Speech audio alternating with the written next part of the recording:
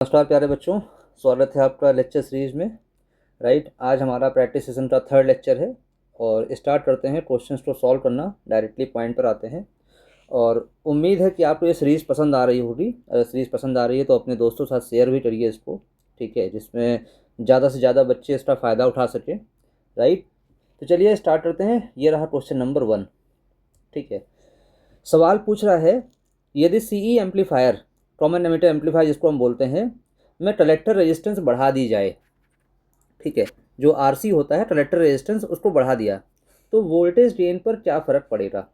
देखो, सबसे पहले समझने वाली बात यह है कि जो सीई एम्पलीफायर होता है, ठीक है, उसमें ये आपका आरसी रेजिस्टेंस होता है, ठीक है, और यहाँ पर होता है एमीटर रेजिस्टेंस। ये आपका कुछ ऐसा सर्किट आएगा, ठीक है, ये होता है मेरा आरसी, ये हो गया प्लस वीसीसी, ठीक है, राइट, और यहाँ से मैं ले लेता हूँ वोल्टेज आउटपुट जिसको हम बोलते हैं, और मैंने यहाँ पर कुछ इनपुट आपको दे दिया।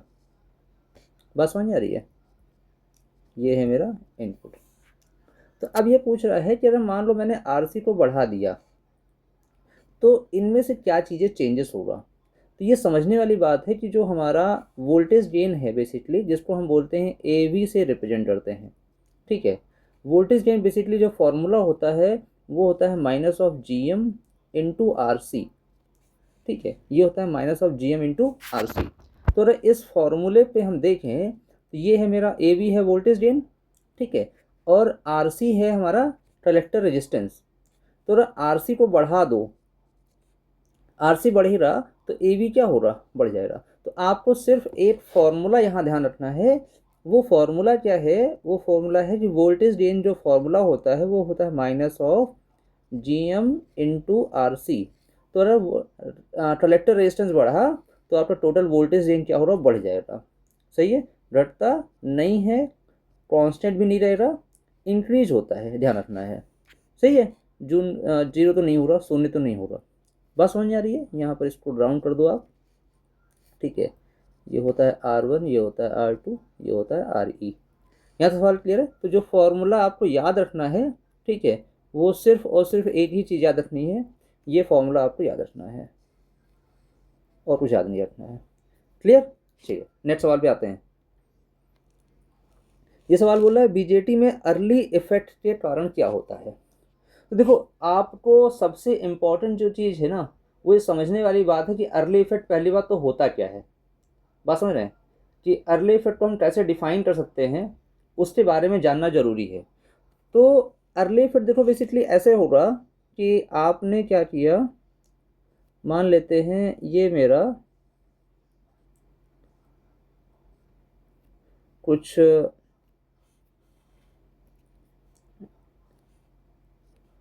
ठीक है, ये है एन, ये है पी और ये है एन। यहाँ तो बात समझ में आ रही है? अब देखिए हमने क्या किया, हम बोल रहे हैं कि अर्ली इफेक्ट आता क्यों है। देखो इंपॉर्टेंट चीज़ ये है। तो अर्ली इफेक्ट कैसे होता है कि हम क्या करेंगे, जब भी हम रिवर्स बायस वोल्टेज बढ़ाते हैं, ठीक है, रिवर्स बायस वोल्टेज बढ़ाने का मतलब क्या है, ये है बेस टर्मिनल और ये है मेरा कलेक्टर टर्मिनल। यहाँ तो सही है, हमने वी को बढ़ाया, ये वी है, इसको बढ़ाया। तो हमको पता है जब हम रिवर्स बायस में कभी भी पीएन जंक्शन डायोड बढ़ाते, रिवर्स बायसिंग बढ़ाते हो, तो जो डिप्लेशन लेयर होती है वो बढ़ती है, ठीक है। तो डिप्लेशन लेयर जो पहले रही होगी नॉर्मल कंडीशन में, अब क्या होगी, वो बढ़ जाएगी। बात समझ में आ रही है? ठीक, जब डिप्लेशन लेयर बढ़ जाएगी तो ये ज़्यादा पेनिट्रेट करेगा बेस के अंदर, और जब ज़्यादा पेनिट्रेट करेगा तो जो लेंथ थी, किसकी लेंथ, जो आपके बेस में ये लेंथ थी, ये क्या होगी, रिड्यूस हो जाएगी, ठीक है। तो वीसीबी बढ़ाने पर, देखो क्या कहानी हुई, वीसीबी को बढ़ाया, ठीक है, वीसीबी बढ़ाने से क्या होता है, जो कलेक्टर बेस रीजन है, जो कलेक्टर बेस, ये डिप्लेशन लेजर है ना ये वाला, ठीक है, वीसीबी का जो कलेक्टर बेस रीजन है, कलेक्टर बेस रीजन, ठीक है, ये क्या होती है, इंक्रीज कर जाती है, बात समझना। ये बेस विथ आपकी, ये आपका जो ट्रैजेक्टरी बेस रीजन था ये इंक्रीज हो गया, तो डिप्लेशन रीजन जो होती है अंदर फैल जाती है, सही। अब क्या होगा, इसीलिए जो इफेक्टिव बेस विथ थी, किसकी इफेक्टिव बेस विथ, जो हमारी पहले थी और जब अब आ रही है इसको बढ़ाने पर, तो इफेक्टिव बेस विथ क्या होगी, वो रिड्यूस कर जाती है, ठीक है। जब इफेक्टिव बेस विथ रिड्यूस होगी तो क्या होता है, जो कलेक्टर करंट होती है वो क्या हो जाती है, इंक्रीज कर जाती है।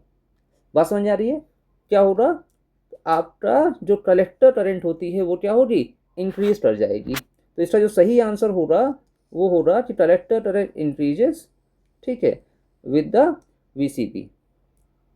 बात समझ आ रही है, ये इसका सही आंसर है, ठीक है। थर्ड पे आते हैं। थर्ड बोल रहा है कॉमन कलेक्टर कॉन्फ़िगरेशन का वोल्टेज गेन कितना होता है। देखो, जब भी हम कॉमन कलेक्टर की बात कर रहे हैं, ठीक है, इसको बोलते हैं सीसी कॉन्फ़िगरेशन। याद रखना है इसमें, सीसी कॉन्फ़िगरेशन में दो चीज़ें इंपॉर्टेंट है आपके एग्जाम के पर्पज से। एक होता है वोल्टेज गेन जिसको हम बोलते हैं, ठीक है बेटा, वोल्टेज गेन, ठीक। वोल्टेज गेन बेसिकली अगर हम बात करें तो होगा क्या, ध्यान रखना, वोल्टेज गेन का मतलब क्या है, चेंज इन आउटपुट वोल्टेज, है ना, delta V out upon delta V in, सही है। मैं याद करने का तरीका बता रहा हूँ कैसे। वोल्टेज गेन बेसिकली क्या होता है, वी आउट अपॉन वी इन। तो अब देखो, जो कॉमन कलेक्टर कॉन्फ़िगरेशन है उसमें जो आउटपुट आता है, ठीक, उसमें जो आपका आउटपुट आएगा वो क्या आएगा, ध्यान, इस कंडीशन में जैसे ही, ठीक, ध्यान दो, जो आउटपुट वोल्टेज है वो आउटपुट वोल्टेज क्या हो रहा, मान लेते हैं, थोड़ी देर के लिए हम इस चीज़ को मान लेते हैं, ठीक है। जो यहाँ पर आओ,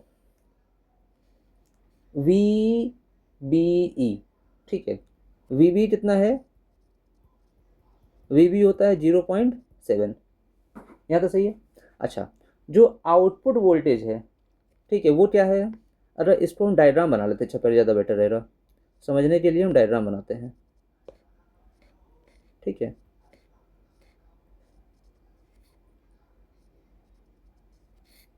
ये है आर सी, ये है आर ई, ठीक है, ये है मेरा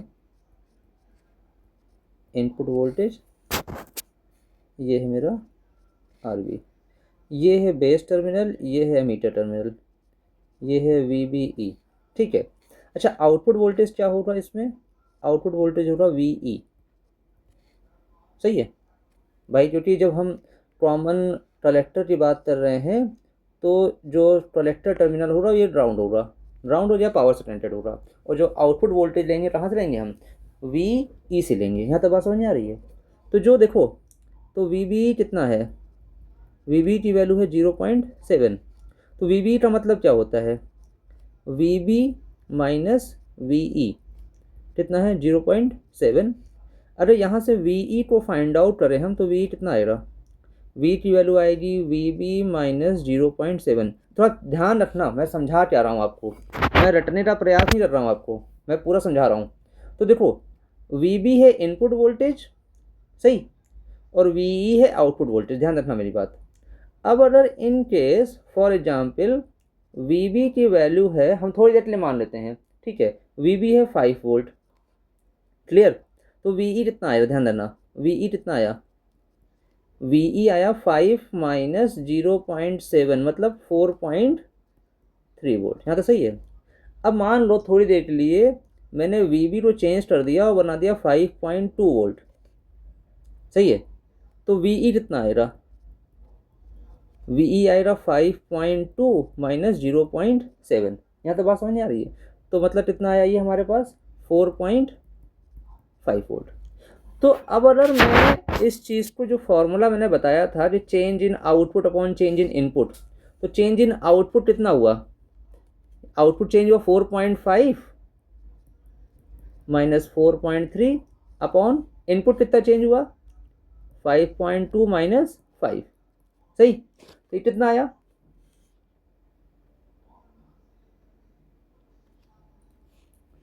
अब देखिए ये चीज़ कितनी आई आपके पास, ये आया है आपका 4.5 माइनस 4.3 का मतलब 0.2, और ये आया है मेरे पास 0.2। सही, तो ये चीज़ आप ध्यान से देखो आप लोग, तो इस समय पर जो आउटपुट आपका वोल्टेज गेन आ रहा है वो कितना आ रहा है, यूनिटी आ रहा है। बात समझ में आई? तो जो आपका आंसर आएगा वो कितना आएगा, यूनिटी आएगा। सही है, तो ये इसका परफेक्ट आंसर है, हमेशा के लिए याद रहेगा कि कॉमन कलेक्टर कॉन्फ़िगरेशन का जो वोल्टेज गेन होता है वो हमेशा 1 होता है। एक चीज़ यहाँ पे और ध्यान रखना कि जो करंट गेन होता है कॉमन कलेक्टर का सीसी करंट गेन है ना, ठीक है, सीसी का करंट गेन वो कितना होता है, करंट गेन होता है बेसिकली गामा इक्वल टू होता है बीटा प्लस 1, तो ये हाई होता है। सही, चलिए आगे बढ़ते हैं, नेक्स्ट सवाल पे आते हैं। ये बोला ट्रांजिस्टर का कौन सा पैरामीटर तापमान से सबसे अधिक प्रभावित होता है। तापमान से प्रभावित होने का मतलब क्या है कि टेम्परेचर डिपेंडेंसी किसमें ज़्यादा होती है। ठीक है, तो उस पैरामीटर सिंपल सा आंसर है, इसको याद रखना है आपको। करंट गेन जो होता है, ठीक है, बीटा, ये सबसे ज़्यादा टेम्परेचर डिपेंडेंसी प्रोवाइड करता है। ठीक है, that is the correct answer. Next पे आते हैं।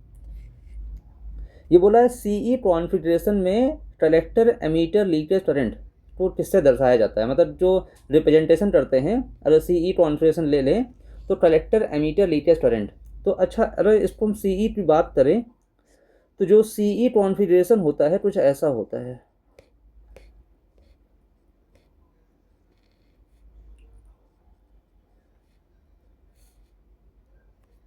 ठीक है, इसको मैं थोड़ा सा डिलीट कर देता हूँ पहले से, डायग्राम तो अच्छा नहीं है ये, राइट।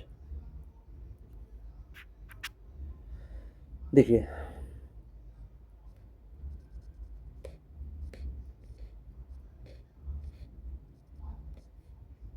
मान लेते हैं कुछ इस तरह का सर्किट है मेरा, ये है प्लस VCC RC RE।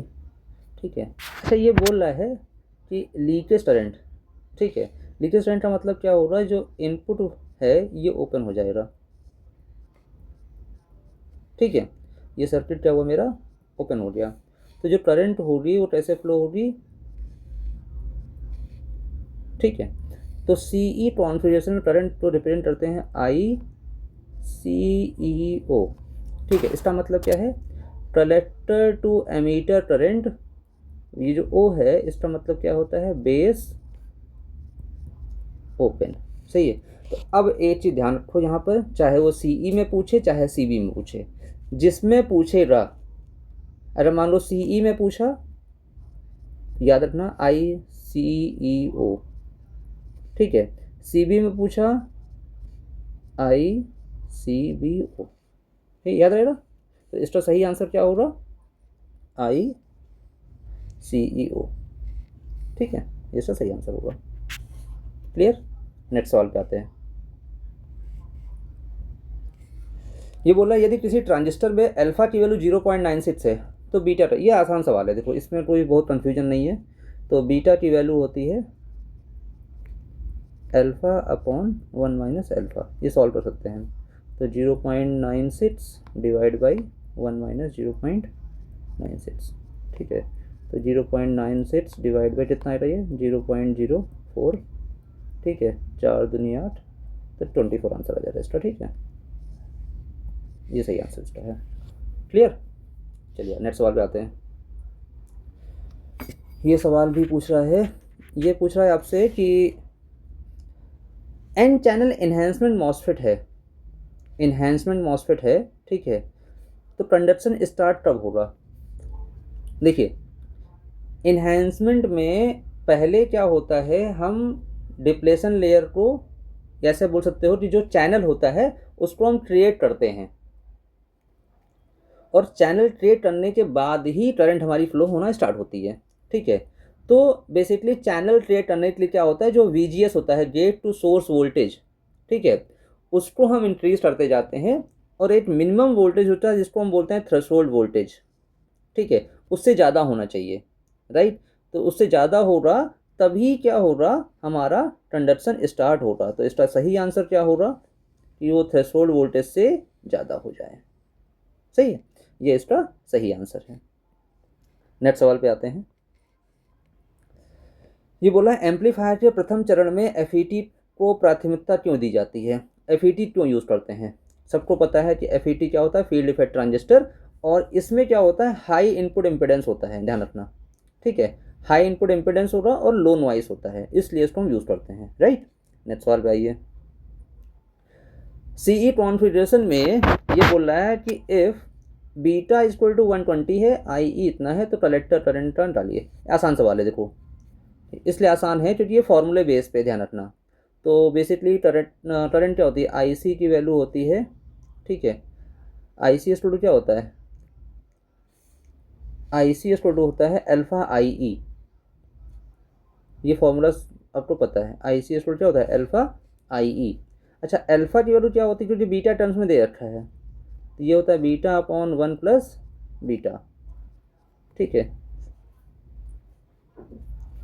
और इंटू आई ई। तो यह सॉल्व कर लो, बीटा कितना है 120 अपॉन बीटा प्लस 1 है, तो ये हो जाएगा 121 इंटू आई ही है 12.1 मिली एम्पियर। सॉल्व कर सकते हैं इसको, पॉइंट हटा दिया यहाँ से, पॉइंट हटाया तो जीरो नीचे आ गया, 121 से 121 कैंसिल हो गया, जीरो से जीरो कैंसिल हो गया, कितना आया 12 मिली एम्पियर। ठीक है, ये इसका सही आंसर होगा, 12 मिली एम्पियर। क्लियर, नेक्स्ट सवाल पे आइए। ये बोल रहा है निम्नलिखित में से कौन सा यूनिपोलर डिवाइस नहीं है। देखना, यूनिपोलर डिवाइस नहीं है। तुम अगर इस क्वेश्चन में ऑप्शंस को हटाओ तो अपने आप पता चल जाए कौन सा नहीं है। देखो, जेएफईटी, मॉसफेट और डिप्लेशन मोड ये सेम फैमिली के हैं, तो कौन सा यूनिपोलर डिवाइस नहीं है इसमें, ये है आपका बीजेटी। बीजेटी क्या होता है, बीजेटी नाम ही डिवाइस, बीजेटी का क्या है, बीजेटी क्या होता है, बाईपोलर ना, क्या होता है, बाईपोलर। राइट, तो सही आंसर क्या होगा, बीजेटी। नेक्स्ट पे आ जाओ। निम्नलिखित में से किस युक्ति, ऐसा डिवाइस बोल लो, का इनपुट इम्पिडेंस सबसे ज़्यादा होता है, इनपुट इम्पिडेंस सबसे ज़्यादा होता है, ध्यान रखना, मॉसफेट का सबसे ज़्यादा होता है। ठीक है, अगर इनपुट इम्पिडेंस में देखें हम लोग, ये सवाल भी आ सकता है, अच्छा है, हो सकता है फॉलोइंग कि ऐसे बोल रहे कि इसमें कौन सा रिलेशन सही है, तो सबसे ज़्यादा जिसका होगा वो होगा मॉसफेट का। उससे कम किसका होगा, एफईटी, या ऐसे बोले जेएफईटी का। ठीक है, फिर कौन सा आएगा, बीजेटी का, याद रहेगा। तो सही आंसर क्या होगा, मॉसफेट। नेक्स्ट में आ जाइए। वह मॉसफेट जिसमें पहले से चैनल मौजूद होता है, पहले से चैनल मौजूद है, ध्यान रखना। इसका मतलब क्या है, डिप्लेशन टाइप है, क्योंकि इन्हेंसमेंट में क्या है, बनाना पड़ेगा पहले। राइट, तो सही आंसर क्या है, डिप्लेशन मॉसफेट। नेक्स्ट में आइए। किस ट्रांजिस्टर कॉन्फ़िगरेशन में सर्वाधिक करंट गेन होता है, मैक्सिमम करंट गेन होता है, ध्यान रखना। देखो, तीन होते हैं, अल्फ़ा होता है, बीटा होता है और गामा होता है। ठीक है, गामा की वैल्यू होती है 1 प्लस बीटा। ठीक है, अल्फ़ा की वैल्यू लेस देन 1 होती है, बीटा हाई होता है, लेकिन मैक्सिमम पूछेगा तो किस में होता है, ड्रामा में होता है। ड्रामा का मतलब किस में है, ये सीसी के लिए है ना, ये होता है आपका सीई के लिए। ठीक है, और ये होता है आपका सीबी के लिए। तो सही आंसर क्या होगा, कॉमन कलेक्टर। नेक्स्ट में आ जाइए। जेएफईटी की ट्रांसफ़र विशेषताएं, मतलब ट्रांसफ़र कैरेक्टरिस्टिक किन दो राशियों, मतलब पैरामीटर्स के बीच में होती हैं। देखो, जब हम ट्रांसफ़र की बात कर रहे हैं तो रिलेशनशिप पूरा किसके बीच में, आउटपुट एंड इनपुट के बीच में रिलेशनशिप पूरा, ध्यान रखना मेरी बात। ठीक है, तो आउटपुट में अगर हम देखें, सबसे पहले हमें क्या मिलता है, ठीक है, आउटपुट में मिलती है करंट, ठीक है, और इनपुट में होता है वोल्टेज। ठीक, तो ये हुआ हमारा आईडी वर्सेस वीजीएस, याद रहेगा। आउटपुट में हमारे पास है आईडी और इनपुट में क्या होता है, वीजीएस। ठीक है, तो इसके बीच में है, तो ये हमारा सही आंसर क्या होगा, आईडी वर्सेस वीजीएस। नेक्स्ट पे आ जाइए। JFET में गेट सोर्स जंक्शन, ध्यान रखना, गेट सोर्स का मतलब क्या है, इनपुट जंक्शन की बात कर रहा है, ठीक है। कैसा होता है, ये हमेशा रिवर्स बायस होता है, ठीक। नेक्स्ट सवाल पे आ जाइए। ये सवाल पूछ रहा है आपसे कि जेएफईटी का कौन सा क्षेत्र एम्पलीफिकेशन या कौन सा पोर्शन होता है जिसको हम एम्पलीफिकेशन के लिए यूज़ करते हैं। तो ध्यान रखना, सेचुरेशन रीजन जो होता है उसको हम यूज़ करते हैं फॉर द एम्पलीफिकेशन, राइट। चलिए नेक्स्ट सवाल पे आते हैं। जेएफईटी की आउटपुट विशेषताएं, अच्छा आउटपुट अब पूछा है, मतलब आउटपुट कैरेक्टरिस्टिक के बारे में पूछा है। तो आउटपुट कैरेक्टरिस्टिक सिंपल सी बात है, देखो output voltage, right, output voltage and output current के बीच में हो रहा, ध्यान रखना। तो आउटपुट वोल्टेज क्या होता है, ये होता है वीडीएस, और आउटपुट करंट क्या होती है, आईडी या आईडीएस, ठीक है। सही answer ID versus VDS. Next में आ जाइए। Thermal runaway is mainly associated with, thermal runaway क्या होता है, ये बेसिकली होता है बेसिकली बीजेटी से, ठीक है।